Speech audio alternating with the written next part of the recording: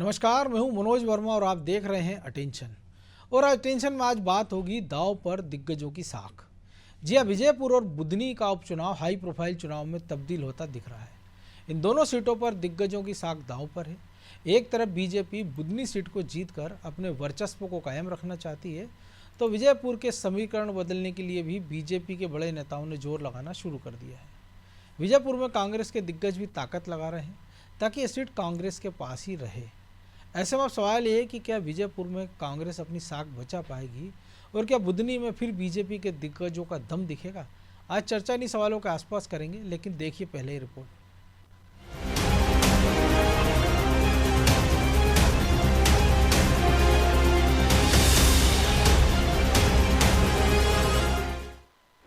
उपचुनाव में दांव पर दिग्गजों की साख।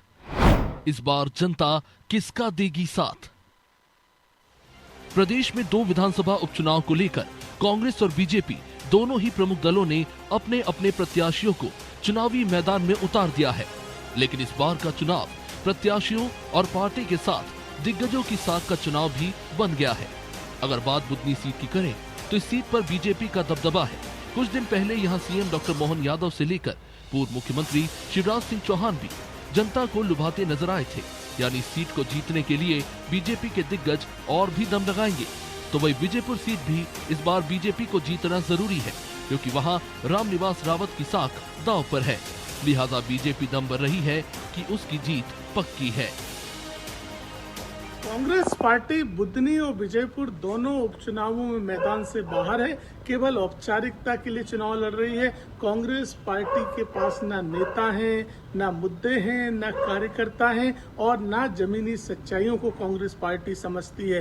केवल और केवल नकारा विपक्ष की भूमिका निभा रही है और कांग्रेस के नेताओं की गुटबाजी सतह पे दिखाई देती है। भारतीय जनता पार्टी दोनों उपचुनाव लंबे अंतर से जीतने जा रही है। जनता के लिए जो गरीब कल्याण के काम भाजपा ने किए हैं, उनका परिणाम निश्चित ही मिलेगा। इधर बीजेपी के दिग्गजों के लिए बुधनी और विजयपुर साख का चुनाव बन गया है, तो कांग्रेस के दिग्गजों के लिए विजयपुर में अपनी साख बचाए रखने की चुनौती है, क्योंकि इस सीट पर उसका दबदबा है। कई बार वो इस सीट को अपनी झोली में डाल चुकी है। लिहाजा यहाँ जीतू पटवारी समेत तमाम नेता जोर लगा रहे हैं और बीजेपी की तरह कांग्रेस भी यहाँ जीत का दावा कर रही है। पार्टी के प्रति लोगों का रोष है और भारतीय जनता पार्टी का असंतोष भी बहुत ज्यादा है कैंडिडेट को लेकर। उसका फायदा कांग्रेस पार्टी को मिलेगा और हम बुद्धि में निश्चित चुनाव विजयी होंगे और यही स्थिति हमारी विजयपुर में होगी। विजयपुर की सारी जनता इस बात को मान के चल रही है कि वहां पर दल बदलू है। रामनिवास रावत 5-6 बार तक लगातार कांग्रेस के नाम पर जीतते रहे। अब मौका आया मलाई खाने का, उनको अपनी प्रॉपर्टी बचाना थी तो वन मंत्री बना दिया गया और वो चुनाव लड़ रहे हैं। तो जो व्यक्ति विधायक भी नहीं वो वन मंत्री है, निश्चित आप देखिए चुनाव के बाद उनका परिणाम क्या होगा। न वो यहाँ के रहेंगे न वहां के रहेंगे और निश्चित रूप से उनकी चुनाव में हारते। जिस तरह से बुधनी और विजयपुर में प्रत्याशी के नामांकन के दौरान दोनों दलों ने अपनी ताकत दिखाई, उससे ये भी अंदाजा लगाना ज्यादा मुश्किल नहीं है ये उपचुनाव बीजेपी और कांग्रेस के लिए कितना अहम है। जाहिर सी बात है, जो भी दल इन सीटों पर जीत दर्ज करेगा उसके नंबर हाई कमान के सामने भी बढ़ेंगे और दूसरे दल पर मनोवैज्ञानिक बढ़त भी मिलेगी। खैर, जनता किसका साथ देगी ये देखना दिलचस्प होगा। ब्यूरो रिपोर्ट, अनादि टीवी।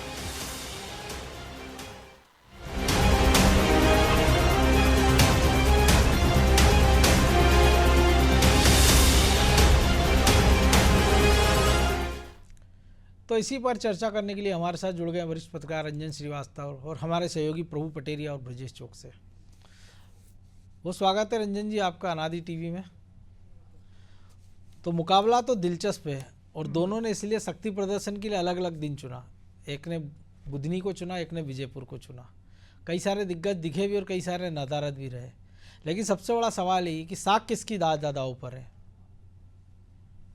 नहीं मनोज जी, देखिए साख चूंकि रूलिंग पार्टी है, एक जगह मंत्री है आपका और एक क्षेत्र ऐसा है जहां पे भाजपा मजबूत है, आपका गढ़ माना जाता है, शिवराज सिंह चौहान जी का गढ़ है। तो अगर देखा जाए तो ज्यादा क्यों कांग्रेस पास लूज करने कुछ है नहीं। जो कांग्रेस की हालत अभी चल रही है तो वो तो बुरी हालत में है, तो अगर वो हार भी जाते हैं तो एक सीट और चली जाएगी, तो बहुत बड़ा असर कांग्रेस पे नहीं पड़ता है जो कांग्रेस की हालत अभी है। क्योंकि बहुत ज्यादा उत्साह कांग्रेस में दिख रहा हो, संगठन मजबूत हो गया हो, ऐसा कुछ दिखता नहीं है। या नेता एक जगह आ गए हों, उन्होंने कहा चलो ठीक है अब हम कुछ करके दिखाते हैं, ऐसे कोई भी जोश कांग्रेस में दिख नहीं रहा है। तो कांग्रेस अगर लूज करती है तो एक और सीट, अभी हरियाणा लूज किया, उपचुनाव लूज कर जाएंगे। तो ज्यादा साख अगर दांव पे है तो भाजपा की है, और क्योंकि यूपी में आपकी जिस तरह सरकार। सरेंडर कर दिया उनने कि 2 सीट भी नहीं लड़ रहे कि भैया समाजवादी हाँ पार्टी आप ही लड़ हाँ लो। हाँ। हरियाणा में तो आप इतने ओवर कॉन्फिडेंस थे कि आप सरकार बनाने सोच रहे थे। तो वहां से जो हार हुई है तो पूरी पार्टी डिमोरलाइज है। देखिए साल भर हो गया, मुझे नहीं पता, कभी 2 दिन का नहीं पता मुझे, अभी तक तो कमेटी नहीं बना पाए अपनी समिति से, जो जीतू पटवारी जी हैं। तो बिना कमेटी के तो काम चल रहा उनका। तो कांग्रेस की हालत तो बहुत खराब है। तो ऐसे में अगर एक सीट लूज कर जाते हैं विजयपुर का, तो भी या दोनों सीट तो कोई बहुत पसंद नहीं पड़ता कांग्रेस के ऊपर, लेकिन जी। भाजपा को असर पड़ेगा, क्योंकि खराब मैसेज जाएगा कि डबल इंजन सरकार है, सरकार में नए मुख्यमंत्री हैं, एक मंत्री चुनाव लड़ रहे हैं, बुधनी आपके कृषि, देश के कृषि मंत्री का गृह क्षेत्र है। तो ऐसे में जाहिर है भाजपा पूरी जी जान लगा देगी। भले ही वन साइडेड चुनाव दिख रहा हो भाजपा को, भले ही, भाजपा के लिहाज से मैं कह रहा हूं, जी जी। लेकिन भाजपा कोई कसर नहीं छोड़ेगी इस चुनाव जीतने में। तो प्रभु जी, राजनीति में बॉडी लैंग्वेज और बयानों का बड़ा महत्व है जो रंजन जी ने कहा, लेकिन आज हम देख रहे हैं कि चुनाव में पर्चा भराने के पहले तनखा जी कह देते हैं कि भैया मध्य प्रदेश में तो कांग्रेस का हाल डावाडोल है, भले दिल्ली में मजबूत हो गई हो। पर्चा भरवाने के बाद जीतू पटवारी कहते हैं कि भैया देखिए इस सीट्स के हार जीत से कोई अंतर नहीं पड़ना सरकार पर, लेकिन कम से कम अगर ये जीत जाएंगे तो माहौल बनना शुरू हो जाएगा। तो जब इस प्रकार के बयान बड़े नेता देने लग जाएंगे तो कार्यकर्ताओं को क्या संदेश देना चाह रहे हैं? जी मनोज जी, जीतू पटवारी ने यही बात अमरवाड़ा उपचुनाव में भी कही थी कि इस सीट के हार जीत से सरकार पर कोई बहुत ज़्यादा फर्क नहीं पड़ेगा, लेकिन कांग्रेस और जीतू पटवारी खासकर जब युवा नेतृत्व के हाथ में कांग्रेस को दिया गया है मध्य प्रदेश में, तो निश्चित तौर पर कोई ये कि युवाओं की जो पीढ़ी है, जो जीतू पटवारी को अपना नेता मानते हुए चल रही, पीढ़ी परिवर्तन का दौर वहाँ पर जो चल रहा है, तो उनके लिए असर पड़ सकता है वहाँ पर, और वो चीज़ें कोशिश यहाँ पर उनकी है। ये जो चुनाव, यदि हम बुधनी चुनाव देखते हैं तो बुधनी में कैंडिडेट का कोई महत्व नहीं है, चाहे कांग्रेस हो या बीजेपी हो।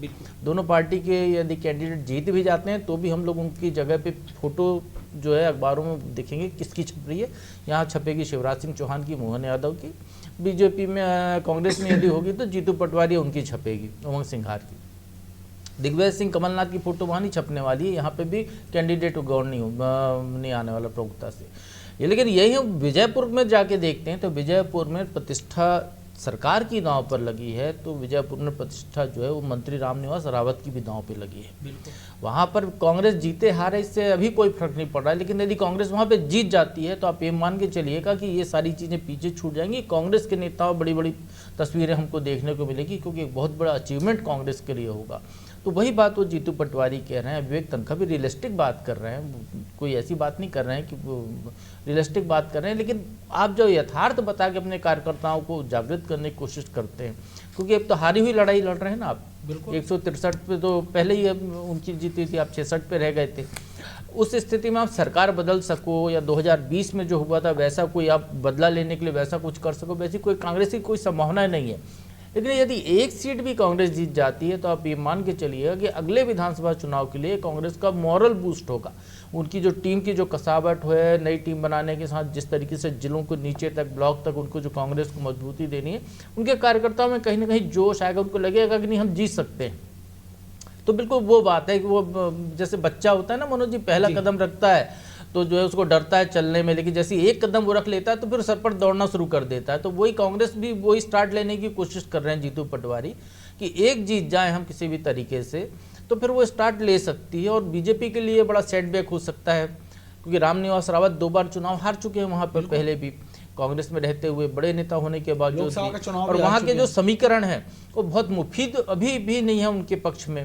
क्योंकि आप ये देखिए कि वहाँ यदि मुरैना में पर्चा दाखिल कराने के लिए बीजेपी की तरफ से मुख्यमंत्री और प्रदेश अध्यक्ष के साथ विधानसभा अध्यक्ष वहाँ पर मौजूद दिखाई दे रहे हैं, भाषण दे रहे हैं, तो आप ये अंदाजा लगाइए कि पहले आमतौर पे विधानसभा अध्यक्ष ऐसे कार्यक्रमों में नहीं जाया करते थे। लोकसभा चुनाव के दौरान ये मामला चुनाव आयोग तक भी गया था, नरेंद्र सिंह तोमर को लेकर ही शिकायत हुई थी, तो वहाँ से आयोग ने कह दिया था कि वो कर सकते हैं, तो आपको खुली छूट मिल गई तो आप लगातार करिए। लेकिन आप ये देखिए कि बहुत जरूरी नहीं था कि विधानसभा अध्यक्ष वहाँ मौजूद रहें। बिल्कुल, पर्दे के पीछे से भी कर सकते हाँ, हैं। लेकिन यदि वो वहाँ पर मौजूद हैं तो आप इसका असर समझिए कि इसका क्या बीजेपी के लिए कितनी चुनौतीपूर्ण वो सीट की जीत है। तो ये विजयपुर संदेश देती हुई दिखाई दे रही है। तो ब्रजेश जी, चुनौती तो इसलिए भी है ना, जो हम बात कर रहे हैं अगर विजयपुर की, कि अगर एक आदिवासी कैंडिडेट, आमतौर पर होता है जब आपको पोलराइजेशन करना हो तो इस प्रकार के बयान आते हैं, लेकिन अगर आदिवासी कैंडिडेट के लिए विधानसभा अध्यक्ष कह रहे हैं कि ये तो टुकड़े टुकड़े गैंग के सदस्य हैं, तो इससे भी अंदाजा लगता है कि मामला कितना गंभीर है और बीजेपी की क्या स्थिति विजयपुर में। निश्चित तौर पर मनोज जी, जिस तरह से प्रभु जी ने भी बताया कितनी गंभीरता से ले रही है बीजेपी विजयपुर सीट को, वो यहाँ स्पष्ट दिखता है। यदि वो टुकड़े टुकड़े गैंग की बात कर रहे हैं तो कह रहे हैं ये दिल्ली की गैंग है, उस गैंग के मेंबर हैं मुकेश मल्होत्रा। तो वो एक तरह से आप देखिए कि मुद्दे को कहाँ पर ले जा रहे हैं। जी, वो कुछ समय तक बीजेपी में ही थे मल्होत्रा जी भी। लेकिन और इसके साथ साथ भी नरेंद्र सिंह तोमर का पूरा भाषण आप सुनेंगे तो उन्होंने कहा है कि हम यहाँ विकास करते थे लेकिन श्रेय रामनिवास रावत को नहीं लेने देते थे, क्योंकि हमारी पार्टी कर रही थी। बीडी शर्मा कह रहे थे कि भैया 2003 से पहले वहाँ विकास हुआ ही नहीं है, जो कुछ विकास हुआ है हमने किया है। तो एक तरह से देखिए आप, जो कैंडिडेट है वो लगातार, हम बीच बीच में हारने के बाद भी 7 बार का विधायक है वहाँ पे, तो आप अपने विधायक को किस गठगरे में खड़ा कर रहे हैं। निश्चित तौर पर आप देखिए पूरी पार्टी वहाँ लगी हुई है। एक तरह से हम बुधनी को देख रहे हैं, बुधनी में कांग्रेस जो जोर लगा रही है, वो कह रही है कि 30 से 40 विधायक हम उतारेंगे वहाँ पर। जो ताकत उनको मुझे लगता है विजयपुर में लगानी चाहिए, क्या वो ताकत यहाँ लगाते दिख रहे हैं क्या? यहाँ उनके बड़े नेता दिग्विजय सिंह मौजूद नहीं रहे। दिग्विजय सिंह के खास समर्थक माने जाते हैं राजकुमार पटेल, लेकिन विजयपुर में दिग्विजय सिंह मौजूद रहेंगे, ऐसी खबरें आ रही हैं। लेकिन बीजेपी तो ये भी चुटकी ले रही है ना कि जो अर्जुन आर्य समाजवादी पार्टी से लड़ रहे हैं वो भी दिग्विजय सिंह के खास थे। 2018 में चुनाव लड़ने का उनको वादा किया था। देखिए, और इसी चुनाव में नरेला सीट से भी जो 5 नाम आए तो उसमें भी अर्जुन आर्य का नाम था।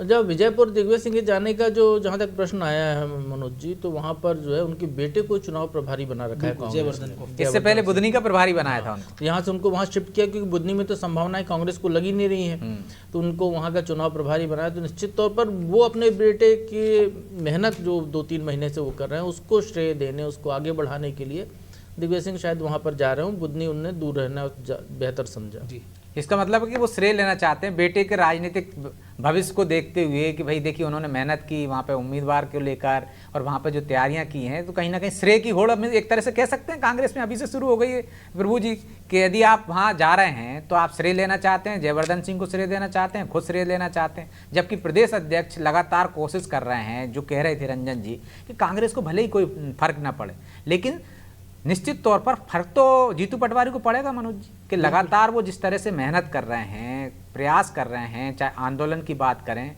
तो कहीं ना कहीं जो प्रभु जी कह रहे थे कि एक स्टार्ट लेने की उनको ज़रूरत है, तो उनको भी संभावना विजयपुर में दिख रही होंगी। तो विजयपुर एक ऐसी सीट है जहाँ कांग्रेस ज़्यादा फोकस करेगी तो उसको ज़्यादा फल मिलने की चांसेज हैं, क्योंकि रामनिवास रावत की अब बात करते हैं, रावत वोट बैंक उतना वहाँ है नहीं है। जिस उम्मीदवार को उन्होंने उतारा है वो पहले भी मैदान में उतर चुका है, यदि हम कह सकते हैं कि भाई उसका अपना एक वोट बैंक भी है वहाँ पर, तो वहाँ पे संभावनाएं ज़्यादा हैं। और जिस तरह से बीजेपी वहाँ पे कदम बढ़ा रही है, जिस तरह से नरेंद्र सिंह तोमर से लेके बीडी शर्मा और सब ताकत लगा रहे हैं वहाँ पर, तो इसलिए कहीं ना कहीं जो रामनिवास रावत भले ही आज कह रहे हों कि वहाँ पे विकास के लिए वो आए हैं, ना उनका कोई सौदा हुआ है ना कुछ हुआ है, वो सिर्फ विकास के लिए आए, लेकिन आप देखिए जब तक वो मंत्री नहीं बने थे तब तक उन्होंने इस्तीफा नहीं दिया था। तो डर तो कहीं ना कहीं वहाँ पे रामनिवास रावत को भी था। कांग्रेस के दफ्तर भी घूमे आए, तो डरी हुई कांग्रेस, डरी हुई वहाँ कांग्रेस नहीं है, डरी हुई वहाँ बीजेपी नजर आ रही है, उम्मीदवार डरा हुआ नजर आ रहा है। इसलिए मुझे लगता है संभावना वहाँ ज्यादा है। यदि कांग्रेस ज्यादा जोर वहाँ लगाएगी तो हो सकता है कि जो हमने दमोह में देखा था वो वहाँ पर दोहराया जा सके, क्योंकि हालांकि वो भी प्रतिष्ठा की सीट इसलिए बनी हुई है क्योंकि रावत की प्रतिष्ठा तो है ही, वहाँ मुख्यमंत्री की प्रतिष्ठा भी है और बीडी शर्मा की प्रतिष्ठा भी दाव पर है। क्योंकि बुधनी में यदि जो कुछ भी होगा, बुधनी का श्रेय तो एक तरह से माना ही जाएगा कि वो शिवराज सिंह चौहान की वजह से वहाँ पर जीते, चेहरा कोई भी हो, लेकिन वहाँ एक तरह से पर्दे के पीछे हों या पर्दे के बाहर हों, जो कुछ लड़ाई है वो शिवराज सिंह चौहान बनाम कांग्रेस की है। लेकिन ये विजयपुर में नहीं है, विजयपुर में बीजेपी की लड़ाई है, रामनिवास रावत बीजेपी और बाकी की कांग्रेस से लड़ाई है। कांग्रेस का वहां पे जनाधार रहा है, उसका अपना वोट बैंक रहा है। यदि उसका वोट बैंक नहीं होता तो रामनिवास रावत इतनी बार वहां पे विधायक नहीं चुने जाते, सिर्फ अपनी समाज के वोट की बैंक की दम पर। हालांकि 14 बार में से 7-7 बार दोनों जीते हैं। लेकिन रंजन जी एक और चीज है कि जो डर है रामनिवास रावत का, क्योंकि आज वो कह रहे हैं मैं तो छात्र जीवन से बीजेपी से जुड़ा हुआ था, ये मेरी घर वापसी है, तो अचानक से 4 दशक बाद घर वापसी, कहीं नाराजगी का डर कार्यकर्ताओं की कि बार बार कहा जा रहा है ना बाहरी है, कांग्रेस मुद्दा बनाने का प्रयास कर रही है कि वो तो दल बदलू हैं, गद्दार हैं, तो इससे बचने का भी एक प्रयास। और जो बीजेपी का कार्डर उस तक भी मैसेज कि भैया मैं तो आप ही का हूँ, बिछड़ा हुआ आदमी। हालांकि कुंभ का भी कहा जाता है कि 12 साल में बिछड़ जाते हैं, मिल जाते हैं, ये 40 साल बाद मिले हैं। और 40 साल तक आप बीजेपी से लड़ते रहे, वहां पे उसके कार्यकर्ताओं से लड़ते रहे। नहीं, वो लड़ते नहीं रहे थे, अब बता रहे हैं कि लड़ नहीं रहे थे, मिल के चल रहे थे, ऐसा बताने की कोशिश कर रहे हो। तो देखिए अभी वहाँ पे जो मीटिंग्स हुई हैं, जो अभी भाजपा के जो भी आदिवासी हैं, सीताराम आदिवासी है ना उनका जो जी, नाम है, सीताराम आदिवासी। तो उन्होंने तो खुलेआम विरोध किया उनका, देखा जाए मंच से। हाँ, मन से कहा था उन्होंने। हाँ, ऐसे नहीं, उनका कार्यशैली बदलनी पड़ेगी आपको कार्यकर्ताओं के लिए। तो कार्यकर्ताओं में एक नाराजगी तो है। इसका इनाम भी मिल गया सीताराम आदिवासी को। जी जी। तो उस नाराजगी को कांग्रेस कितना भुना पाती है, जैसे आपने कहा और प्रभु जी और ब्रजेश जी ने, भाई वहां पे आपको बुधनी में कुछ ज्यादा नहीं सोचना है। वो जो भी चुनाव हारे जीते वो शिवराज सिंह चौहान के, हारेंगे तो शिवराज सिंह चौहान, जीतेंगे शिवराज चौहान, लेकिन हारने की संभावना नहीं है, क्योंकि शिवराज सिंह चौहान की प्रतिष्ठा दांव पे लगी, उनकी सीट है, उन्हीं का चेहरा आगे है। वहां पे राजेंद्र राजपूत ने विरोध किया, राजेंद्र सिंह ने विरोध किया कि 2003 में उन्होंने सीट, 2005 में उन्होंने सीट छोड़ी थी, तो उनका क्लेम बनता है। उन्होंने खुलेआम विरोध किया, लोगों ने विरोध किया, उन्होंने भी विरोध किया। लेकिन देखिए जो राजेंद्र सिंह हैं या और लोग हैं, वो किस धंधे में आपको हमको पता है, तो सरकार से अगेंस्ट नहीं जा सकते हैं। जब शिवराज सिंह चौहान आ जाएंगे तो वहां पे जो भी थोड़ी बहुत शुरुआती एक मरबरिंग होती है, नाराजगी, वो खत्म हो जाएगी। उनको भी लग रहा है ना कुछ समय बाद हो सकता है निगम मंडलों में नियुक्तियां होगी, तब हाँ, उनको भी कोई आश्वासन मिल जाए। वो मिल जाएगा, मिल जाएगा, मिल जाएगा। तो सारा जो फोकस है या जो स्पॉटलाइट है वो विजय उस पे है, विजयपुर में है।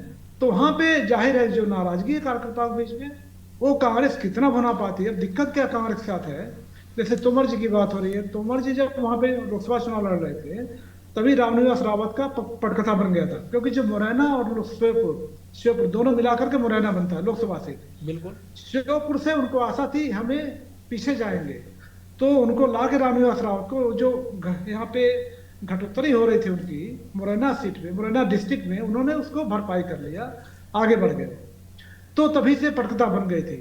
तो तोमर जी का जाना या जो चेहरे वहां पे हैं, वहां के लोगों से जुड़ाव है। लेकिन समस्या कांग्रेस साथ है, जीतू पटवारी हो, दिग्विजय सिंह हो, विवेक तनखा हो, कोई नेता हो, कमलनाथ हो, उनका सीधे जुड़ाव वहां की जनता के साथ नहीं है। तो उनका डिपेंडेंस लोकल लीडर्स पे है, लोकल नेताओं पे है। या ग्वालियर चंबल की आप बात कर लीजिए, कौन सा ऐसा नेता है जो विजयपुर के लोगों से सीधा जुड़ा है? पता नहीं, मुझे नहीं पता कोई ऐसा होगा। सिंधिया थे, सिंधिया चले गए, भाजपा में आ गए। तो ऐसे में कांग्रेस जो गुस्सा है कार्यकर्ताओं के बीच में, कितना उसको भुना पाती है, कितना ले पाती है। जो एक और लेकिन रंजन जी, कांग्रेस में भी तो वहां नाराजगी है। छोटे लाल हैं, वो कह रहे हैं 30 साल से हम घास नहीं काट रहे थे, मुकेश मल्होत्रा को आपने टिकट दे दिया, हमें क्यों नहीं दिया? तमाम तरह की आवाज उठ रही जी। मैं भाजपा बात कर रहा हूँ। तो ऐसे में कितना दूसरी बात है कि जो वहां पे लोग हैं, कार्यकर्ता तो वही है, जनता है, वहां पे जो ट्राइबल वोटर है उसका बहुत रोल डिसाइसिव है, उसको कितना ले पाती है कांग्रेस, ये सब फैक्टर देखने लायक है। तो ऐसे में जरा भी मान लीजिए अगर हार भी जाते हैं, जो मार्जिन है वो अगर नैरो हो जाता है, 2013 वहां पे मरवाड़ा में हुआ था, तो उसका असर जाहिर कांग्रेस के एक जो मोरल है उस पर बूस्ट होगा, उस पर असर पड़ेगा। तो प्रभु जी असर पड़ेगा। लेकिन जो बुधनी की भी बात हो रही, तो क्या वाकई इतना आसान है? क्योंकि अभी तक ये था कि किरार शिवराज सिंह चौहान मैदान में, अब राजकुमार पटेल लंबे समय बाद, और एक आदिवासी जो पट्टी है, तो बेहतर होता अगर कांग्रेस उमंग सिंगार को ले जाती है। लेकिन उनका नहीं जाना भी बड़ा चर्चा का विषय है, क्योंकि अगर विंध्य से आके अजय सिंह वहाँ जा सकते हैं, महाकौशल से आके विवेक तनखा जा सकते हैं, तो फिर मालवा निवाड़ से उनको भी ले जा ही जा सकता था, उमंग सिंगार को। देखिए, उमंग सिंघार है मालवा के आदिवासी, वो यहाँ बुधनी के आदिवासियों पर कोई असर डाल देंगे इसकी कोई उम्मीद नहीं दिखती। कांग्रेस का बहुत सही दांव है उनको न ले जाना। अभी एक चर्चा चल रही थी, जो अभी कहा गया कि जो है अर्जुन आर्य दिग्विजय सिंह जी के पट्टे रहे हैं, उनके समर्थक रहे हैं, दिग्विजय सिंह जी उनके लिए वकालत करते रहे। तो यदि अर्जुन आर्य कांग्रेस से बगावत करके समाजवादी पार्टी से टिकट लड़ रहे हैं, वो आदिवासी हैं बुधनी में कैंडिडेट, और यदि समाजवादी पार्टी से टिकट लड़ रहे हैं, तो अभी मान के चलिएगा कि वो आदिवासी वोट उनकी तरफ जाएगा बहुत सारा। अब वो किसका वोट कटेगा, ये आपको सोचने का विषय है। बिल्कुल। और यदि अर्जुन आर्य कांग्रेस के ट्रम्प कार्ड के तौर पर समाजवादी पार्टी से वहाँ मैदान में उतरे हैं, तो फिर वो निश्चित तौर पर वो उस वोट बैंक को काटने की कोशिश करेंगे जो बीजेपी में जाता था। या उसको रोकने की कोशिश करेंगे जो बीजेपी की तरफ जाता था, जिस आदिवासी वोट को लेने के लिए चुनाव के एक दिन पहले जो कुछ भी होता है दिन में रात को सभी पार्टी के लोग, वो बुधनी में भी होता है, उससे अलग नहीं है। वो बुधनी में पूरी 110 किलोमीटर की लंबी पट्टी में एक तरफ आदिवासी है, दूसरी तरफ अदर कास्ट है, बहुतायत में इसी तरीके से बुधनी बसा हुआ है। तो जो आदिवासी पट्टी है वहाँ पर वो कितना असर डालते हैं ये देखने वाली बात होगी। रही बात कांग्रेस की समीकरण की बुधनी में संभावनाओं की, तो बुधनी में चाहे दिग्विजय सिंह आ जाएं, चाहे जीतू पटवारी चले जाएं, चाहे कोई सी भी चले जाए, उन सब पे अकेला भारी यदि वहाँ पर कोई है तो कांग्रेस का कैंडिडेट राजकुमार पटेल है। इसीलिए मैं सवाल मेरी इस बात को समझने के लिए आपको लग रहा हो, रंजन जी को आश्चर्य लग रहा हुआ, लेकिन रंजन जी आप भी कहते हैं 2006 में जो उपचुनाव हुआ था मुख्यमंत्री शिवराज सिंह चौहान का, जब राजकुमार पटेल उसके पहले ठीक चुनाव हार चुके थे राजेंद्र सिंह राजपूत से, उसके बाद जब शिवराज सिंह चौहान उपचुनाव लड़ने आए थे तो आप याद कीजिए कि शिवराज सिंह चौहान को 110 किलोमीटर भरी गर्मी में, मई की गर्मी में पैदल चलना पड़ा था, तब जाकर वो चुनाव जीत पाए थे। वो बहुत कम मार्जिन से, बहुत ज़्यादा ऐसा मार्जिन नहीं था कि जो अभी 1 लाख वोट से जीते ऐसा कोई जीते हों। तो ये जो है ये स्थिति वहाँ पर पैदा की थी उस अकेले व्यक्ति ने, राजकुमार पटेल ने। वो भी किरार समाज से आते हैं, शिवराज जी भी किरार समाज के हैं, तो एक जो सिंपैथी है किरार समाज की, चूँकि अब किरार वहाँ पर कैंडिडेट नहीं है, अब कैंडिडेट वहाँ पर बीजेपी का ब्राह्मण है, वो ब्राह्मण है जिसको लेकर बाकी लोगों में विरोध है, नसरुल्लाहगंज तरफ के लोगों में विरोध, वो शाहगंज से आते हैं। तो वैसे यदि हम ऐसे डिवाइड करें वर्टिकल के बजाय हॉरिजॉन्टल ऐसे डिवाइड कर, तो आधी पट्टी जो है वो जो है नाराज लोगों की है। आप शाहगंज तरफ जाएंगे, बख्तरा जो है जहाँ पे से राजकुमार पटेल है उसके पास शाहगंज पड़ता है, वो वाला इलाका जो है शिवराज जी का भी जैत उधर ही पड़ता है, वो इलाका जो है उनके पक्ष में आता है भार्गव जी के। लेकिन ये जो नसरुल्लाहगंज भैरुंदा जिसको कहते हैं, जहाँ बार बार पूर्व मुख्यमंत्री शिवराज सिंह चौहान फोकस कर रहे हैं भैरुंदा की तरफ, जहाँ पर कि जो है राजेंद्र सिंह राजपूत जहाँ पर मीटिंग्स ले रहे हैं पिछले दिनों हाँ, गए थे। तो वो जो इलाका है यहाँ से लेकर गोपालपुर तक का, वो इलाका यदि पलट गया तो फिर यहाँ पे बीजेपी के लिए मुश्किल खड़ी निश्चित तौर पर हो सकती है। बीजेपी जीत भले जाए, सरकार में है, पूरी ताकत लगाएगी, उस समय भी जब शिवराज जी चुनाव लड़े तब भी ताकत लगाई थी, तो लेकिन मार्जिन यहाँ पे कम होगा निश्चित तौर पर। तो बुधनी में शिवराज जी की तुलना में मार्जिन यहाँ पर बीजेपी का जीतती है तो भी कम होगा, और राजकुमार पटेल अकेले ही, जो मैंने कहा, यदि वो पूरे मन से चुनाव लड़ते हैं राजकुमार पटेल वहाँ पर, तो फिर निश्चित तौर उनको किसी जीतू पटवारी की जरूरत नहीं है वहाँ पर, न दिग्विजय सिंह की जरूरत है, वो तो उधर अर्जुन और इधर राजकुमार पटेल, ये मिलके ही, और बीजेपी के जो नाराज लोग जो अंदर खाने से यदि खेल गए तो वो खेल वहाँ पर गेम पलट सकते हैं मनोज जी। लेकिन इसी से बचने के लिए शिवराज सिंह चौहान जो कि खुद झारखंड के प्रभारी, आप देखिए जिस दिन से चुनाव घोषित हुए हैं बार बार आ रहे हैं, मध्य प्रदेश भोपाल आ रहे हैं, बुधनी पर नजर रखें क्योंकि बुधनी से उनकी साख जुड़ी हुई है। तो अब शिवराज सिंह चौहान का जो एक अपील करते हैं भावनात्मक आखिरी तक, वो अपील कितना असर डालेगी, कैसी अपील उनकी आएगी, वो सारी चीज़ें देखने लायक होगी, क्योंकि बुधनी में घर घर तक शिवराज सिंह चौहान, साधना सिंह चौहान, कार्तिकेय सिंह चौहान, ये घर घर तक पहुंच रखने वाले लोग हैं, जो घर घर जाके वोट मांगते रहे, कहीं भी बैठ जाते हैं, लोगों से मिलते हैं। तो ये जो अपने जो संपर्कों का दायरा है उसको बीजेपी के लिए कितना इस्तेमाल करते हैं, वो देखने वाली बात यहाँ पर होगी। नहीं तो राजकुमार पटेल परिवार अपने आप में पर्याप्त हैसियत वहाँ पर रखता है कि वो मुकाबले को कठिन से कठिनतम की ओर बनाता हुआ दिखाई दे सकता है। तो कह सकते हैं कि लड़ाई उतनी आसान नहीं है जितनी दिखाई दे रही। जी रंजन जी, छोटी सी हमारे दिमाग में था, तो वो जो मैंने शुरू में बोला आपसे कि वो शिवराज चौहान की जो चुनाव है वो शिवराज सिंह चौहान का ही है। मुझे जो लगता है, जो मैं सोच रहा था कि ये जो किरार समाज की बैठक होगी बहुत महत्वपूर्ण होगी, उसमें मैसेज दिया जाएगा कि देखिए चुनाव में प्रतिष्ठा शिवराज सिंह चौहान की लगी है, वो जो नाराजगी है बिल्कुल है, वही जो प्रोफेसर ने कहा ना कि एक भावनात्मक अपील है और वो कितनी असर करेगी। रंजन जी, फिर उसके लिए जो अभी तक जो एक हवा बन रही थी कि शिवराज सिंह जी राष्ट्रीय अध्यक्ष हो सकते हैं, यदि अब यदि हवा बन रही है, बीजेपी से खबर आ रही है कि दक्षिण का राष्ट्रीय अध्यक्ष होगा, तो फिर वो किरार समाज एकजुटता का भाव कम भी हो सकता है। ये भी बड़ा दिलचस्प समीकरण होगा, लेकिन जैसे जैसे चुनाव आगे बढ़ेगा कई सारे समीकरण बनते बिगड़ते नजर आएंगे। बहरहाल वक्त इतना ही था, बहुत धन्यवाद रंजन जी। तो निश्चित तौर पर दोनों सीटों पर चुनौती बड़ी है, प्रतिष्ठा दांव पर लगी है, और सबसे बड़ा सवाल भी यही है कि जीत का हार किसके हिस्से, ये एक बड़ा सवाल है, और इसका जवाब भी नतीजा आने के बाद ही मिल पाएगा। अटेंशन में आज इतना ही, मुझे दीजिए इजाज़त, और आप देखते रहिए अनादि टीवी। नमस्कार।